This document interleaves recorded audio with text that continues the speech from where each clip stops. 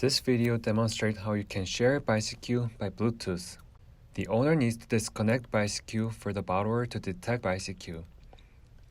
To request share from the borrower's phone, go to Bisecu menu on the bottom, tap plus on the top right, click Share Request. The borrower will be able to find available Bisecu around. Once the borrower sends request share, the owner will receive an email about the request and be able to accept the request in the device information menu.